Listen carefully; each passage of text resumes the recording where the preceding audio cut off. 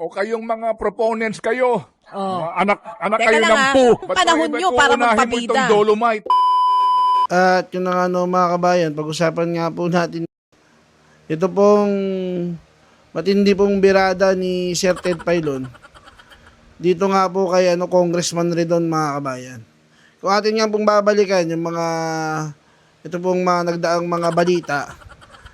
Di ba mga kabayan, napabalita po na ito pong si Redon gusto po niyang imbestigahan ito pong Dolomite, White Sand Dolomite dyan sa Manila Bay. Ayon po dito kay Redon, ito daw po yung dahilan kung bakit nagbabaha daw po sa Kamaynilaan. At ayon din kay Redon, mga kabayan, tinabagay itong Dolomite White Sand na to, parang wala daw pong purpose. At parang, maanomalya daw po. Ayon po ito kay Redon, mga kabayan. Gusto po yata ni Redon, mga kabayan, ibalik yung dating Manila Bay na punong-puno po ng basura. Yung dugyot na Manila Bay, ganun po yata ang gusto ni Redon. At sinisisi po niya ang Pangulong Duterte kung bakit ginawa pang white sand yan. Parang mas okay pa talaga na dapat hinayaan na lang, no, mga kabayan. Sa tinagal-tagal po ng panahon, wala pong Pangulo na nakapagpalinis ng Manila Bay kundi si Pangulong Duterte lang. Tapos, gusto pang kasuhan ni Redon. Saan ka naman nakakita ng parang nagtampo sa bigas pag ganyan yung congressman mo, no?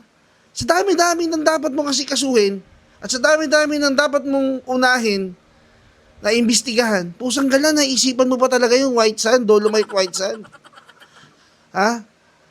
Ano bang pumasok sa kukutin mo, Redon? Ay sa bagay, hindi mo naman naisip yan, inutos lang sa iyan Diba, ng proponent mo? Inutos lang sa iyan ng mga amo mo para, kumbaga, palitan yung issue ngayon na flood control issue. Kasi, tinatamaan na si Papa Martin mo. Yung boss mong si Martin Romualdez, tinatamaan na. Kaya kailangan, gagawa ka ng diversionary tactics. Hindi, Dolomite White Sand. Imbestigahan natin to. Ano pong tirada ni Sir Ted Pailon? Yun na nga po, mga bayan, ayon na rin kay Sir Ted Pailon, sa dinami-dami ng issue sa bansa na pwede mong gawa ng batas, pusang gala, naisip mo pa yung Dolomite. Nananahimik na yung matanda dun sa dahig. Diba? Pinakulong nyo na nga pinadampot nyo na nga pinakidnap nyo na. Iimbestigahan mo pa para sa ano? Diba? Talagang makikita nyo po dito na ito po si Redon, utak munggo. Diba, mga bayan, nakakulong na nga sa dahig, pinakidnap nyo na Ngayon, iimbestigahan mo pa para ano? Kaya nga sabi po ni Sir Ted Pailon, itong ginagawa po ni Redon, tinabagay parang ano lang yan, mga kabayan, diversionary tactics lang yan para maiba po yung issue, para maiba po yung balita. Kasi puro flood control na po, tinatamaan na po yung kanyang mga among si Saldico at ang kanyang among si Martin Romualdez. Yan po yung utos sa kanya, mga kabayan. Palitan yung issue, dapat Dolomite, dapat ganito. Di ba? Bantakin mo gusto yata ibalik ni Redon yung dating dugyot na Manila Bay. Sir? Ganun po ba? Gusto mo po bang dugyot na dugyot at maraming basura dyan sa Dolomite? Okay lang naman, sir. Basta pag binalik natin yung basura, ikaw yung unang lalangoy dyan.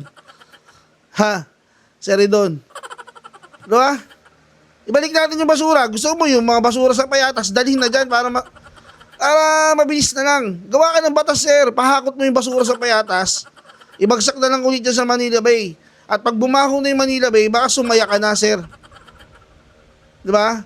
Baka matanggal na yung kinakati ng palad mo dyan.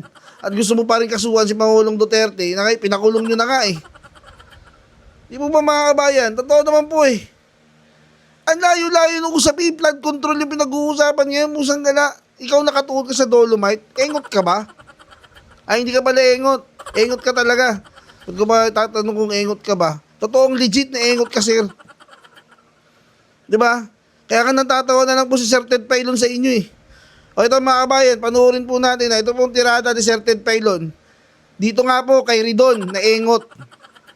Sir Ted, pasok po. Hindi mo na maintindihan bakit ang petrolyo basic ang kanyang kumbaga ang crude oil basic ko naman po pinaggagalingan yan Sabi ho ng mga eksperto Pero dati-rati po kasi kapag nag-uumento hindi po diesel, kerosene, hindi Patong po across the board. Pero ngayon iba-iba.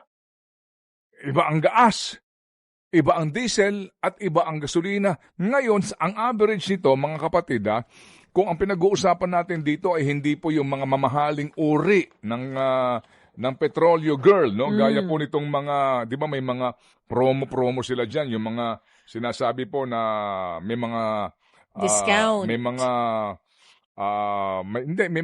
may mga promo sila sa kanila pong advertising, may mga binabanggit na mga elemento, may dagdag doon sa kanila, parang sa Petron. 'Di ba? Ang kanilang pinakamahal ay Blaze. 'Di ba? Euro 6 o something, mga ganun sila sinasabi. Kaya mas mahal siya kasi mas malinis, etc. Pero pag pinag-usapan po natin ngayon ng basic, mas mahal pa po, saan ka naman nakakita? Dati-rate, mas mahal ang gasolina sa diesel.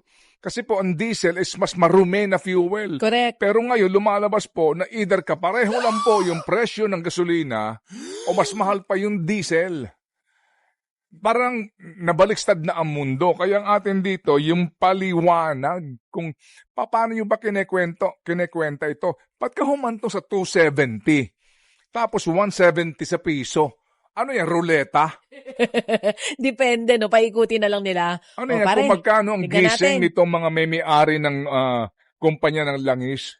Tapos kanina doon sa balita din natin, ang sinasabi, may oversupply ng langis, itong OPEC Plus. Kaya hindi ko rin maintindihan kung ba't ang taas ng presyo ng langis natin kung may oversupply sila noon. Di ba ang tolokohan? Magtatawagan tayo. Ako si Company A, ikaw si Company B. Mare, good morning. Uy, pare, kumusta? Ito, medyo kulang ako sa tulog ano ba tingin mo? Magkano ipapatong natin ngayon? Ay, medyo mukhang busy naman sila sa flood control. Gusto mo, dos? Dos? Baka di naman tayo masyadong mapansin. Dos tayo. Mababa lagyan mo ng butal. Sige, parang 2.70. Gusto mo? Gawin mo ng butal. Sige, 190. Sa bagay, no, nakaraang linggo. Hindi naman umabot ng dos next week, dadagan mo ng piso. Hindi, magbawas tayo next week. Napag-uusapan na tayo Kasi dos na yung itataas natin. Bawasan natin 10 centimos. Masyado malaki. Masyado malaki yung G's. 5 lang. 5 centimos? Oo. Sige. Okay, sige. Tawagan mo si DOE. Hindi. Hindi naman siguro. Ikaw talaga. Tawagan mo si DOE. Ano sabi mo? Yung regulator dito sa Pilipinas, siya ang regulated. Amen. Dito lang. Hashtag only in the Philippines. Amen. Ang regulator po natin ay nire-regulate ng mga private firms. O kayong mga proponents kayo. Anak teka kayo lang, ng po. Teka lang, baka naman yung mga proponents natin nakikinig. Mahilig naman kayo magpabida. Eto na. Ito ang panahon nyo para magpabida. Unahin mo itong Dolomite. Ha? Kasi nga, kailangan nga daw malaman kung yung pagbabaha dyan sa Ermita at sa Malate, ang cause ay Dolomite. Pero, dali lang baka naman shakedown ang gawin ninyo. Wow, shakedown. Diba? Oo, eto na naman sila, diba? Ang dami niyan. Nagpapatawag ng ganito, investigasyon, shakedown lang. Pag nagkadelehensyahan na, tahimik na sila. Maghihiring sila isang beses lang. Yung pala ang shakedown. Yes. Pero total naman ang ating mga mambabatas ay iniisip ang kapakanan ng bayan. Baka naman pwede namang ito naman. Dito naman kayo magkomento, Sa kabuang pagtaas ngayong taon, mga kapatid, kumapit po kayo. 18.20 para sa gasolina, 21.85 for diesel at 8.65 for kerosene. Palibasa, hindi nyo nararamdaman. Kasi ang dami niyong pera libre kayo sa gasolina. Libre sila? Oo. Meron silang voucher? Anong voucher? Gift libre certificate? Kasi natakot-takot, ninanakaw ninyo. Hoy! Yan lang ang ganti natin sa mga... Samantalang... Sa mga anak-anang po! Alam mo pag ginagawa ng iba? Kasi di naman lahat na may pribadong kotse, may pera talaga. Yung iba para makatipid, meron ako mga alam, di na nga nagbubukas ang aircon. Totoo lang para makatipid. Wala namang Binigyan problema. mo ng aircon? Wala namang problema. Di ba? Ayun, Di ba? si Mitch Tumba daw, na. Si Mitch yung hulugan niyang kotse. Oo. Kasi nga, mataas Ay, daw kaya ang... pala pag dumarating, namamantika. Ayun na nga. Wala Walang choice. Kaya pala pag dumarating dito, minsan napapansin ko, pawis na pawis. Yan ang middle class. Siyempre, kaya naman kumuha ng sasakyan ng pangit nga kasi ng dito, di ba? Pangit mag-commute. Sige. Oh. Anyway, ba't ba tayo napunta dyan? Dahil Dahil kay Ka dahil sa Obet Martin. Dolomite. Char! Si Ka Obet Martin, lagi sinasabi niya, review nito pong oil deregulation law na ito. Gumawa na po tayo ng think about it dyan. Hindi po ba? Yung windfall na nangyayari. Bumili ka ng mura, tapos papatungan mo ng 3 piso, di ka kaya logi doon?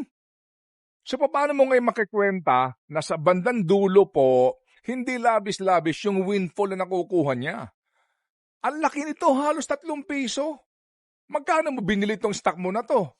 Hindi ba? Yung paliwanag kailangan mo nito talaga ng mga eksperto na maghaharap po ng mga datos and then meron po mga eksperto rin na magsusuri nito kasi po may panawagan na po nung una pa na i-unbundle natin yan na magkaalaman tayo.